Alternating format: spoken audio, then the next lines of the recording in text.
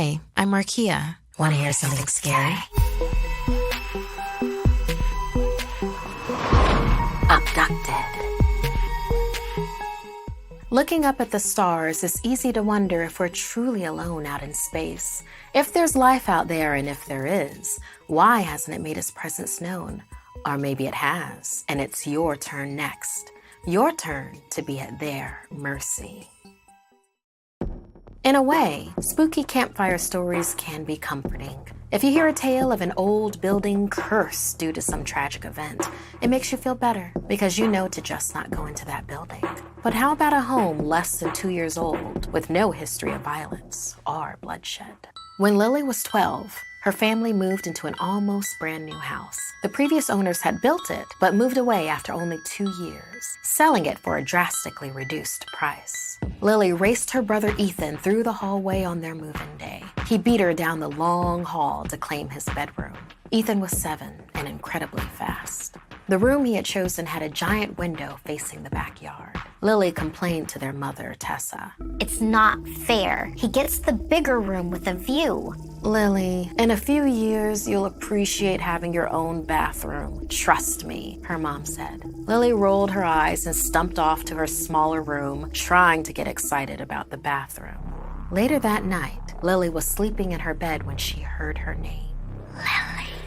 A voice whispered from down the hall. She blinked her eyes open slowly, semi-awake. Had that been a dream? Listening, but hearing nothing, she started to nod off again. But before she was fully asleep, the voice whispered again.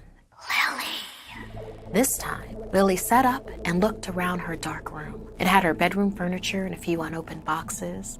Lily, the tiny voice pleaded. Lily grabbed her stuffed dog toy and quietly opened her bedroom door, moving down the hall towards the voice.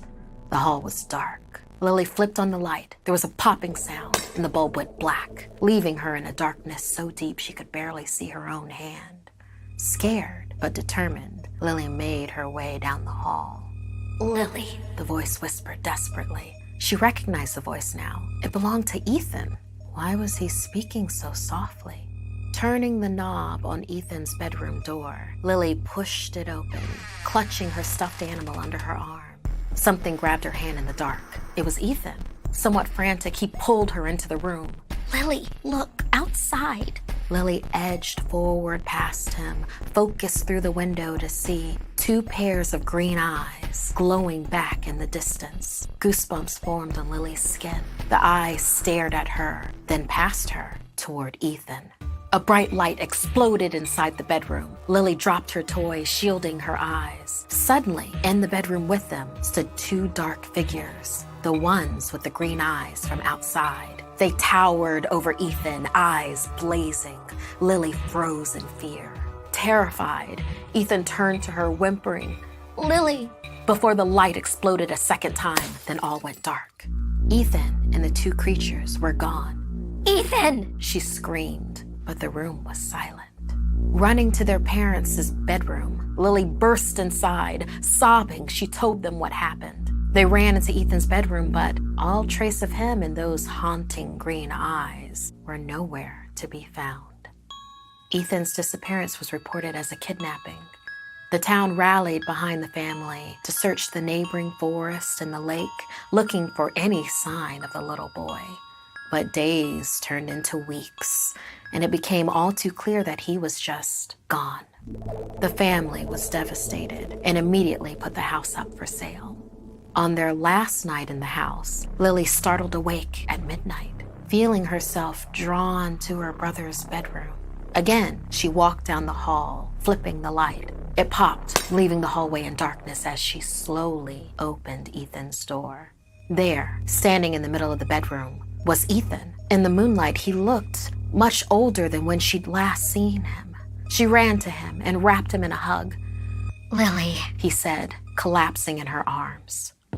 The family was determined to leave the dark memory of Ethan's disappearance behind them and move to another town far away. But Ethan was never the same.